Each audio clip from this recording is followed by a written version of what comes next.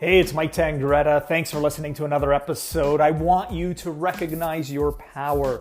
That is what this episode is all about. We all have this power, but a lot of us don't tap into it. So I want you to recognize your power. I want you to go after that power, okay? Because we all have this power within us, and hopefully I can help you untap into that a little bit here, because that's what this episode is about. I'm really passionate about this one, and I want to make sure that you realize the power that you have, okay? You are always in control. You are always in control. Remember that. No one can take away your control, your desires, your dreams, whatever it is that you're going after, whether it's, obviously this show is about entrepreneurship, and if you are striving to grow an awesome business, but it may not just be that. Maybe you're listening to this and you have, you're a mom or you're a dad and you're a family person. You want to have the most amazing family. I want you to realize that you have the power to tap into, and that's what I'm going to share in this episode. So I'm so excited for you. Thank you for listening once again. And I'm going to start with actually a pretty cool story. This is a story I read quite a while ago, and I ended up reading it again just recently, and I thought, man, I got to share this story because it's so powerful and helps us realize the true power that we have. Okay, so this story actually takes place in the 1960s, and it's actually about a famous boxer back then. His name was Rubin Hurricane Carter, and he was this middleweight boxer, and ended up getting accused of what was one of the most horrific crimes, a triple murder, and basically got sentenced to life, or got sentenced, I believe it was, he actually got sentenced to three life sentences is what happened here. And basically, it was a horrific thing that happened to him. He didn't do it. They later found him not guilty. And but anyways, he ends up going off to prison. And on his way to prison, he looks the warden in the eye and he says, I know this wasn't your fault. You didn't obviously put me here, and this injustice wasn't you. But under no circumstances will I be treated like a prisoner, because I'm not one and never ever will be powerless. So right then, he declared that he was never powerless, that he was in control. No matter what they did to him in prison, whether they threw him in solitary confinement or whatever they did, the one thing he knew he always had was his mind, okay? And you want to realize that, because you always are in control. So basically what happened anyways in this story is he basically, he was obviously angry about what happened, but he wasn't going to waste that anger on anything that was not constructive. Okay, so he refused to resort to rage and fighting. No one obviously wanted to touch him anyways, because he was an awesome fighter. But anyways, he refused to do that. And what he did, like his whole purpose in prison, was he spent all of his energy on his legal case. Every waking minute was spent reading books on law, philosophy, history.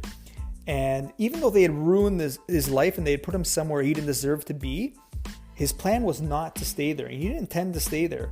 So he realized that, I'm going to leave prison not only a free and innocent man, but a better and improved one. So no matter what any situation throws you in life, obviously this guy had one of the most horrific things that, or at least what we would on the outside think is horrific, but him on the inside said, no, I'm here for a reason. Like, God has put me here, and I'm gonna basically come out of this a better person. So he actually ended up learning law and learning philosophy, and the one thing he later declared was like, they couldn't take away my mind and my willingness to learn. So he made his choice, that this can't harm me. And he basically said, I may not have wanted this to happen, but I decided how this will affect me, because no one else has the right. And you see, we decide in life what we'll make with each and every situation. We decide whether we'll break or whether we'll resist, right? And we decide whether, we're going to either assent or reject. So no one forces to give up or believe something that is untrue. Okay, see, our perceptions are the thing that we are in complete control of. And Shakespeare may have said this best: nothing either good or bad, but thinking makes it so. So where are your thoughts? Right? Rubin Hurricane Carter, he controlled his thoughts. How many people go to prison and probably decay and resort to fighting and resort to just, going downwards, whereas he was in this situation and made himself a better person and came out and eventually freed himself and basically, became a better man. So obviously none of us hopefully we're not going to prison and we don't have to come to that, experience. But I want you to realize that you are always in power of your thoughts. So whether you're running a business or, like I said, you want a better family or whatever it may be, realize that your thoughts you are in complete control of. So I've talked about this before, but if you have negative thoughts, right? Do you think Rubin Hurricane Carter had a negative thought in prison? I doubt you he had none. He didn't want to spend his energy on that because he knew it wasn't constructive. He wasn't going to get out by using negativity. And if you're running a business and you let negativity creep in, what's going to happen to you? Do you think that business is going to flourish? No, of course not. That business is going to fail. So you need to watch your thoughts. Make sure they're always positive. Make sure they're moving in the right direction. And I don't want this episode to be all about, positivity, ha ha ha. But there is a lot to be said about that. Okay?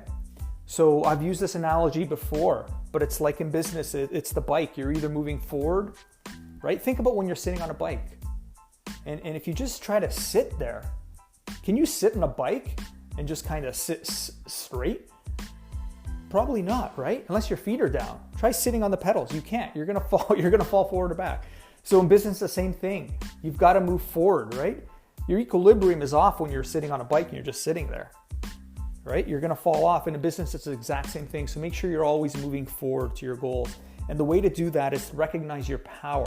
Recognize your thoughts. Where are they going? Are your thoughts taking you forward or are they taking you backwards? Right? And also on another note, watch your words. I read this from Robert Kiyosaki a while ago, like my early 20s. And I remember sometimes things would come out of my mouth and I'd be like, why did I say that? Words become reality. So if I would say, oh man, this has been a tough day, or man, I don't know if, I'm going to make payroll this month. Why would I ever say that? That's just a thought that's come out verbally, right? Words become reality. So watch what you're saying each and every day. And no matter what situation you're in, right? You hold the power, and I want you to recognize that. Okay, so hopefully this episode helped. I know it's a little bit preachy here, but when you are running a business and whatever it may be that you're moving forward in life, recognize your power because you have amazing power. Okay, recognize that power, and your power comes from your thoughts.